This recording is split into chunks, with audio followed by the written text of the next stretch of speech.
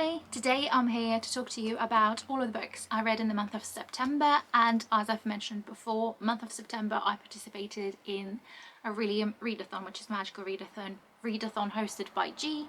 Obviously the links will be down below, and I probably will also link my TBR that I had before. And I have completed all of it, with one slight exception, which I'm still counting as if I completed it. So I finished one last book on the 1st of October. And I'm sorry, but I'm counting it because I had like 80 pages left. And I had a busy month. I went to Norway and to Weymouth for a day. So there were a few days that I just wasn't reading. So I've counted it. Let's say I was given an extension. So I have completed my challenge. I've read 9 books, okay? Let's not talk about it, but I will tell you all of the subjects, the challenges and the books, and obviously the thoughts of all of those that I have. So let's get started. I finally now bothered with Halloween decorations, and I'm also having this glass of red as well in this pretty glass of with bats. So I will tell you about the books in the order I read them in, and also tell you which subjects and which challenges they cover. I started with Restoration and I needed to read 2 books to complete. So to get an O I had to read a book with sky on the cover, and the first book I read in that month is Last Seen Online by Lauren James. I do have good memories of it because mostly, well not mostly, quite a good chunk of it I read in Norway actually, or on the way to Norway, so it's got quite good memories for me. But I do really like the cover, and this book is a bit of mixed media YA sort of crime fiction. We've got Delilah, who's the main character, and she meets, what's his name? Sawyer, who is a son of this famous sort of actress. And Delilah gets obsessed with a case that happened 10 years ago with somebody's murder, which was sort of related to these 2 that I've mentioned. And she comes across some blog posts from this person, and obviously she starts to investigate, but it becomes potentially dangerous and whatnot. That's all I'm going to say. So it does sound a little bit like Good Girls Guide to Murder series, which I did really enjoy. This book I gave 4 stars to. It wasn't anything particularly super special, it wasn't anything amazing, but I enjoyed it, and I found how the main character is so obsessed with the like blog posts and how much thought she puts in investigation. I found that fascinating. She like super, what's the word, fixated on it, is that a word? I don't know, but yes. And I really liked the aspect of, obviously there are the blog posts, we do read them, and there are different emails and things like that. I'm starting to forget this book already because it has been over a month since I read it, to be honest, but I remember just having a good time with it. I remember it being quite compelling. I remember thinking that this mystery, the murder, is quite interesting, and it was interesting to see this blog posts were written by this person who was just going to extreme levels to find the truth, because she was obsessed with that fandom. There was a TV show basically, and one of the stars was dead. That's the murder, by the way, I didn't mention that. But yeah, she went to extreme levels of getting information to the point of like spying on them and doing other things. So it was interesting to see like the drama involved around it and how it all went together and whatnot. That was interesting. I think I enjoy books that are like when you see a character do something so like deeply going into something, and then you think there's not going to be a way out, or how is that going to plan out. I just find that fascinating. So I really did enjoy it. I think it's a series, but I don't think the 2nd book is out yet. I'm not sure if I'd want to continue. I'm not really good at continuing series, so I might not, but if I ever see it at some point in the future, I might pick it up, who knows. But yes, it was really good fun. If you're into like YA thrillers that are similar to Good Girls Guide to Murder, not as good though, that's that one, but I would recommend this one. Then I moved on to a different subject for a little while, and that was lore, and for that I had to get a D, so I had to read 3 books for this subject. And the first one, to get to know, you had to read a vampire book. So I've done a reread of The Beautiful by Renee Ahdieh. This is a YA historical fantasy, I suppose. It's based around vampires, and it's set in New Orleans. The main character, I think she's like 17 or 18, basically a teen, and she is basically going to like a convent, what's it called? Anyways, she lives in some sort of religious building, and she comes across this group of people who are really interesting, really beautiful, and they call themselves La Cour des Lions. Sorry for the bad pronunciation. But then dead bodies sort of start appearing, and it might be something to do with them. So like I said, it was a reread for me. The first time I read it, I gave it 4 stars. This time I gave it 2 stars. I know. And I had the second and third books in the series already lined up to read at some point. Now they're just in my unhaul pile, unfortunately. So I guess they're off of my TBR, which is a good thing. But I don't know why I gave it 2 stars. I think also, obviously there's going to be romantic interest, but I just didn't believe in it at all. Last time I thought it was quite, like, beautiful and dramatic almost. This time I just did not believe the chemistry. It felt like insta-love. Hated it. And I just didn't like it. The writing style is nothing special. The atmosphere definitely what I would say is there.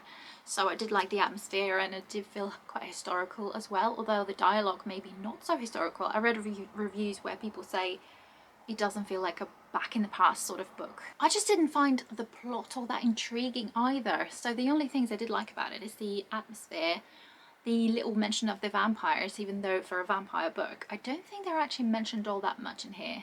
So we still don't get the answers to some other questions. Obviously, it's the first book in a series, so to get those answers, I'd have to read the rest of the series, which I'm not going to do. But yeah, I was just disappointed to reread this book and not enjoy it as much as I did the first time.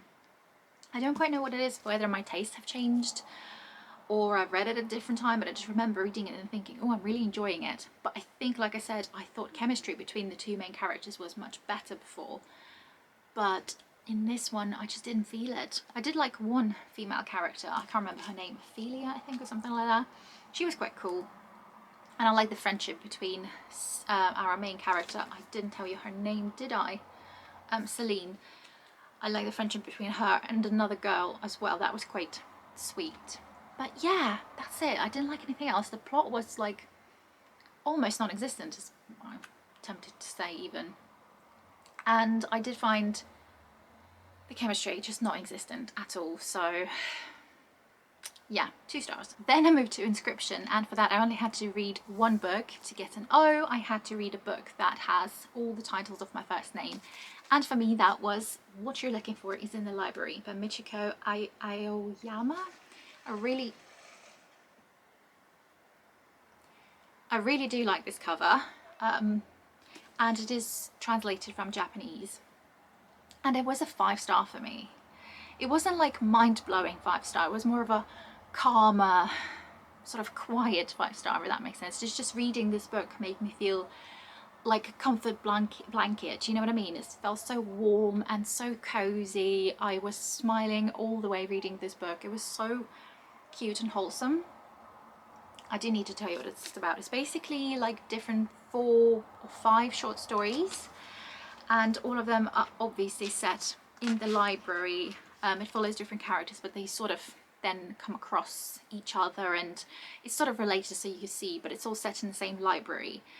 So we've got this librarian who, she's the librarian, but she also has a hobby of felting. I think that's how you pronounce that.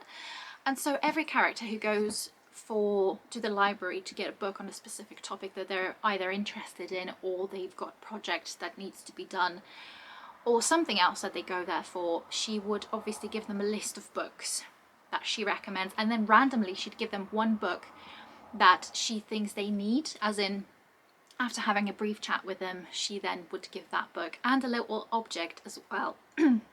Sorry, like a felted object. I don't know what it is, but I sometimes get really dry throat when I'm filming videos. But anyway, so yes, and then we follow how these characters go and read the books that they've requested.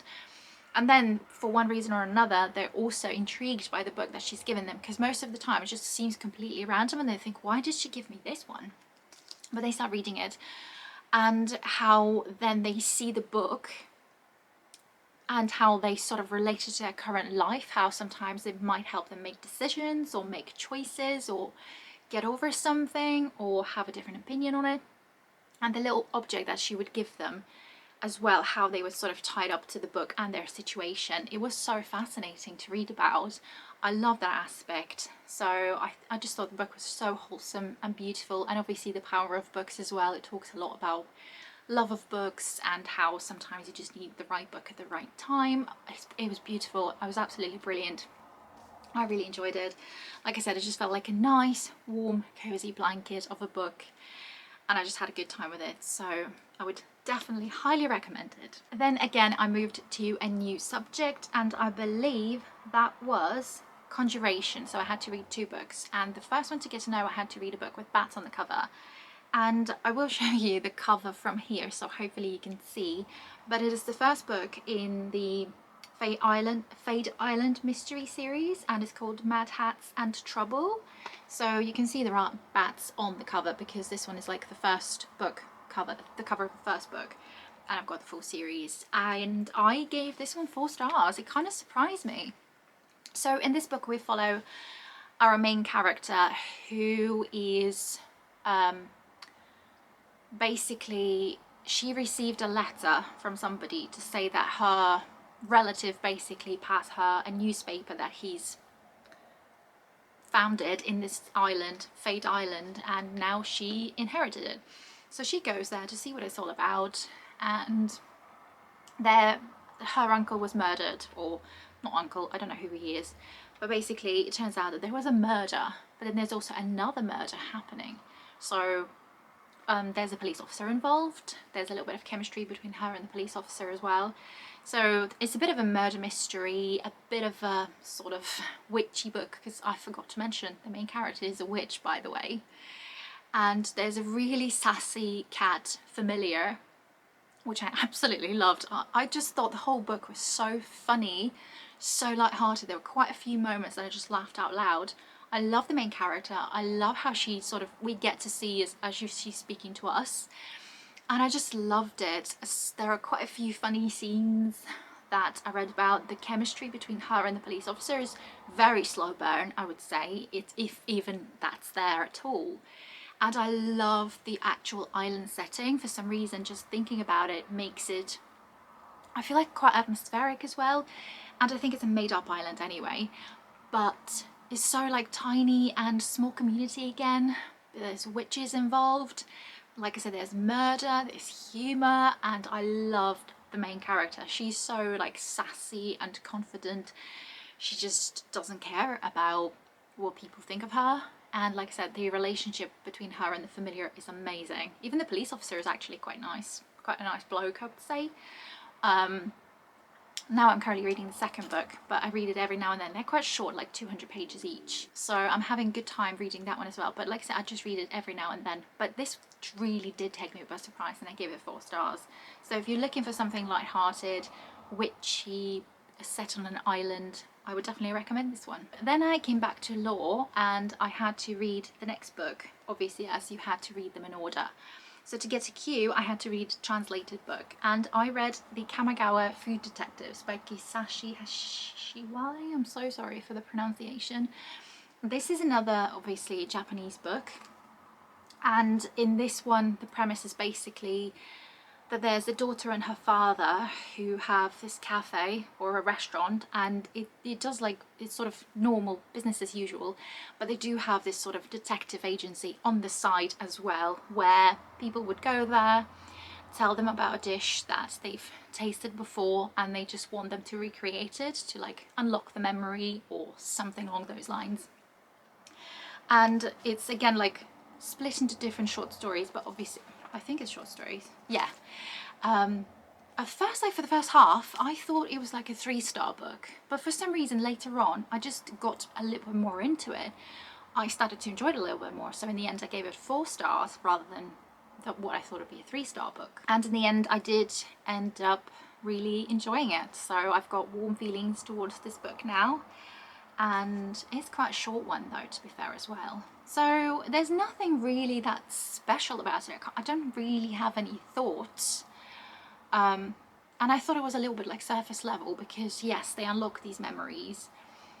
It makes them think that of something in the past, and that's really it. So it didn't feel like really deeper level of stories like usually Japanese books. I feel like they have that sort of deeper meaning or something that would make me cry. This is much more light-hearted, so it didn't make me cry at all. This is much more lighter level of those books. So it was nice, it was cute, I enjoyed it, but like I said, for the first half I was enjoying it for like a 3-star level, and the last half sort of saved it and I gave it 4 stars. But yeah, I really don't have anything else to say. It was just a good time, and yeah, it was quite interesting. Also, it was interesting to see how the dad would go and find the recipes. We don't see that bit. It's just when he then comes back and talks how he did it, what ingredients he used and all of that. Sometimes the descriptions of food actually made me a little bit hungry. But yeah, so it was a good one. So then I got back to restoration and finished the subject by reading the second book, and for that I had to read a book with Poisonous Plant on the cover or the title. So I read Belladonna by Adeline Grace for that. I really do like the cover. And this one is a YA fantasy book, dark gothic fantasy, I would say. So I gave this one 4 stars. It really actually pleasantly surprised me. I loved the atmosphere of the book. I loved the fact that death is quite present in this book. He's one of the main characters, I would say. And I loved him as a character. I need to tell you the plot. We've got the main character. I really don't know how to pronounce his name. Signa is how I want to say it, so I'm going to say Signa. I don't care. But she's basically, I think she's 17 or 18. No, she's 17. And she's had rather unfortunate childhood. So she's been passed down from one relative to another, from one home to another, because all of the previous ones just seem to just die one after the other. So she's been unlucky that way. But now she's going to Hawthorne House, which is her uncle's house, I believe. And there she finds this spirit who tells her that she was poisoned. Because our main character, by the way, sees spirits, she sees ghosts. And to uncover the truth, she might have to make the deal with death himself. I really enjoyed the atmosphere of this book. It was so, well, atmospheric. It was great. I love books like that. It had this sort of dark and gothic, but somehow cozy feeling at the same time. And like I said, I really enjoyed Death as the main character. The plot was also really good. It wasn't like a fast-paced book, but it was really good. I really enjoyed it, essentially, and I already bought the second book in the series. Like I said earlier, I don't actually continue a series all that often. It really needs to be something really good for me to go and buy the second book in the series, so I've got that now, and I'd like to read that at some point soon. So that's happening at some point, because I really did enjoy it. It's just one of the ones, I think I do like a dark fantasy or like a gothic fantasy, especially when it's related to like death and stuff like this. Perfect for this season, I suppose, as well. But I thought before I stopped enjoying YA fantasy. I guess I was wrong. It's just the specific type of fantasy that I enjoy. This wasn't really, apart from the death element and apart from they can see ghosts, there's maybe a little bit of magic, like botanical sort of magic involved in there as well, but on a very like surface level. But other than that, there weren't any other fantasy elements in the book, I don't think. So it was quite a low-key fantasy, I would say, but it was really dark and really gothic, and I just had a really good time with it. So, and I think it's called also romantasy, so it is a bit of a romantic fantasy, which I think tried maybe for the first time, although I'm now remembering a couple of others I read before. But I've basically unlocked a new genre for me that I will be interested in reading a little bit more about, because I actually really enjoyed it. It was like a slow burn romance. I won't tell you who it is with, but I loved it. There was one little twist that I guessed right before it happened, which was brilliant. And even though I knew that was it, it still made me feel like, ooh, I loved it, basically. So that wasn't the romantic twist, by the way. It was related to something else, but still, I really enjoyed it and I'm looking forward to book 2. Then I moved to demonology, and for that I only had to read one book, and that the prompt was a person who doesn't read for pleasure chooses a book for you. So I asked my husband to choose a book for me from my TBR shelf, and he's chosen Five Survive by Holly Jackson.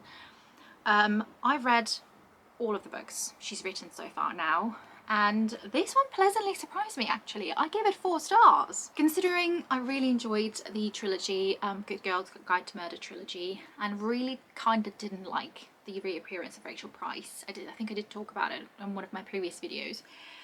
But this really pleasantly surprised me. So, the premise of this book, we've got these 6 teenagers who are going in this RV, I think, van, I guess? I think it's called RV. Yeah, so, and it breaks down in the middle of nowhere, in the middle of the night. They realise that there's a sniper, so they can't go anywhere, and the sniper tells them that one of them has a secret. And until the sniper gets the secret, none of them can leave. But obviously, because one of them's got a secret, one of them's got to die. So, I really like the book. At first I don't think I was enjoying it quite as much. I think it was like a 3-star book. But then later on I started to enjoy it a little bit more. And I think what I enjoyed more about it is the sort of drama between the characters. As in, you can see, because obviously it's a really stressful situation. They're there in the middle of nowhere with no help whatsoever. And they don't know if who of them is going to be alive or whatnot, what secret they want, because all of them seem to have different secrets. And whilst they're revealing their secrets to each other, the situation sort of gets worse in some ways. And I just loved seeing how different characters changed throughout the night, because I feel like situations like these do definitely help to see what people are really like. So I won't go into spoilers, but you can see it really like opens them up and shows what kind of person this person is. So that was really interesting to see. And how the relationship changed throughout the book as well was really interesting. See snippets of their pasts, even hearing about their secrets and what they thought were convinced this is the secret that the sniper wants, and then it isn't, and then another secret comes out, and then again it's not what the sniper wants. So it's all of them sort of discovering different things about themselves and each other, and I just loved the drama of it. I thought I sort of overgrew that drama, teenage drama, but recently I'm starting to notice that I actually enjoy it in books quite a bit, so maybe I'm back into it now. But yes, like I said, I gave it 4 stars. The atmosphere of the book as well felt I felt the atmosphere. I felt like I was in this van. I don't know, we don't have RVs in the UK, I don't think, so I can't, it's like a 31-foot long vehicle. I imagine it's like a big, not quite a lorry, like a big van, I suppose. I don't really know, but I did love the atmosphere, how the setting was really good, and all the characters were rather interesting, and I just really enjoyed it. I had a good time with it, so I have faith in Holly Jackson again now, because I thought she lost me after reappearance of Rachel Price, and I was really hesitant actually to pick this one up. But I think anything she writes in the future, I'm still going to pick up, because I think we still can be friends. So yeah, that was a good one, I thought. I know this didn't get great reviews, but actually on Goodreads it's got pretty good high rating, so I'm in the ones who enjoy the book. I actually forgot to tell you that I had a couple of swaps in my TBR. So originally I was supposed to read Hell House for Bats on the Cover, and then I switched to a smaller book because I thought I was running out of time, so I needed a little swap. And then I did another swap. So my next subject was a retelling, and that was for law to get a D. So I started The Daughter of Dr. Moreau by Sylvia Morena Garcia, and then I realised I'm not gonna finish it because it was quite a big-ish book, 300 pages with small font. So I read only the first chapter and then soft DNF'd it because I'd love to get back to it. So now I just put it back on my TBR because I just won't be able to, I wouldn't be able to finish it, so I just put it back. But what I've read from the first chapter I really enjoyed, but that's not the one I read for this challenge, so let me get another one. So instead I had to find a shorter retelling. So I've picked up, I had to buy a book for this, but it's fine because it only cost me £1 on Kindle. But it was Unlocking Fire by Liv Strom. Sorry for the reflections of other things, but I kind of like the cover, it's sort of creepy. It's a third book in a series, and it's a novella, but they follow different fairy tales, so like they're all different retellings. But this one is a Bluebeard retelling, and I gave it 3 stars. So, but then there was a little short story after that as well. I think it's called Returning Home, so I read that as well because it was for free. It was like a 20 pages thing, so I was intrigued enough to see what the next one was about. But yeah, so like I said, it's a Bluebeard retelling, but it's a bit more fantasy, what I want to say. I'm already forgetting the details, but so to tell you in, hopefully without any spoilers, well, we've got this girl who basically needs to marry as soon as possible because she's got a baby on the way. And we also have another character, another point of view of this sort of higher up son of, I can't remember who exactly, but he's as higher up, but he's sort of not quite into all of the royalty stuff and whatnot. So, and their paths sort of cross. But obviously, if you're familiar with the Bluebeard thing, fairy tale originally, it's quite gruesome actually. But so she's basically found the suitor, who is, I can't remember his name, but he's essentially Bluebeard. And yeah, I don't know what else to say about the plot without spoiling anything, but it was a 3-star really. I don't know why I didn't quite enjoy it as much as I would have hoped. I don't think this time it's got anything to do with the fact that it's only a novella. I think it was like 120 pages, so I needed something short. I did like Bluebeard fairy tale when I read it when I was a child, so I wanted to read a retelling of that because I've never read one before, so it's just a little bit different to whatever you normally see about retellings. But yeah, it was okay. I did actually really enjoy the romantic element of some sort, which I won't tell you. That was really interesting to follow and see how it all went. But yeah, it was just an okay retelling. I enjoyed it, had a good time with it, nothing special, didn't love it. Let's move on to something else. Well, the last book and the last challenge was Conjuration again. To get a Q, I had to read a book that won an award, and my choice was Perfume by Patrick Suskind, and I blame this book fully for not completing the TBR, because this was written I think in 1980 something, and I've got such mixed feelings about this book. It's set in 1700s in Paris. We follow the main character, who will be a murderer because it says story of a murderer, but he's got this massive talent in scent. So he can smell anything, he can tell what it's sort of made of. He's memorized all of these different smells, and he's also gone from like family to family or from work to work, and he's obsessed with scents. One time he comes across a scent that he's obsessed with, and that happens to be a girl, and now he wants the scent, doesn't matter the cost. That's all I'm going to say, but I think you're gonna know, and based on the cover I think it's pretty obvious what will happen. Not one time, but a few times. But anyway, so I've got really mixed feelings towards it. So the writing style was superb. It genuinely felt like a masterpiece of a book. It felt like I was reading the most incredibly written book, and the atmosphere as well was definitely there. Sometimes the perfume, so he also used to work in a perfume shop as well. When it was described about perfumes that they created there with all the different ingredients and stuff, it was again absolutely amazing. But also this book describes so many bad scents as well, so that wasn't exactly pleasant to read about. It was just like, I don't know, stinking of bodies or like filth in the streets and other things that I won't go into. But the plot felt a little bit, sometimes almost all over the place. So we'd go from one section, then there's one specific section that I won't tell you about because that will be a spoiler. That's just so weird. I guess it shows how weird the character is. But to do something for this long, it kind of like, what the hell? It didn't, I don't know, I just felt that was odd. And then how it ended. There's one scene before the ending, which was just, I was reading and thinking, what the frick have I just read? That was, wow. But the ending scene as well was another one, like, what the hell?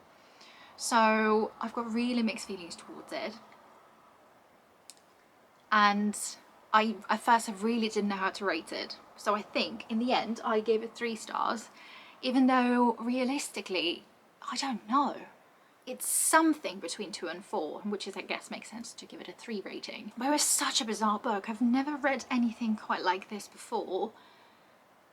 I'm just, yeah, I'm left a little bit almost baffled by it. I can see why people would enjoy it, but also I felt like this book was, I don't know, it might sound really weird, but I just felt reading this book that it's really an arrogant book.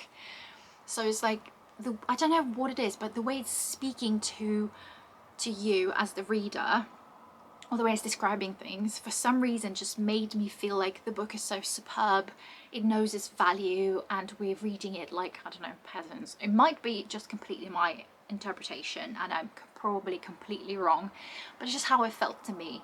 And also this book is so full of hatred for humans and humanity and human beings. I feel like it's maybe slightly underlining, sort of, or like between the lines, but I just felt it, and that also obviously put me off. And the murder side, I thought, however gruesome it might sound, but I thought they were going to be more involved with that, because I thought we were going to see maybe how it all happened. I don't know what that says about me, but when I've read the blurb, I just assumed that's what it would be about. But it's mentioned really not a lot in the book at all. We see one of them, and then later on it sort of happens rather too fast, and we don't even see his perspective. We see it from a different perspective very quickly, and then some random stuff happens. It was really weird. That's what I can say about the book. I think it's the one that's definitely going to stick in my mind. Not for many good reasons, apart from beautiful writing, like I said.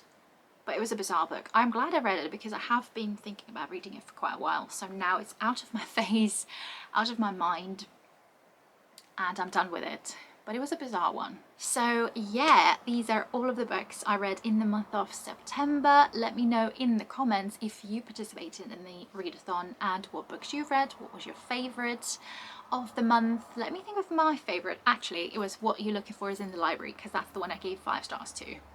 So yeah, I'm glad I finished the challenge. I was almost confident I would do it, and I'm counting as I still completed it, okay? Even if I've read Perfume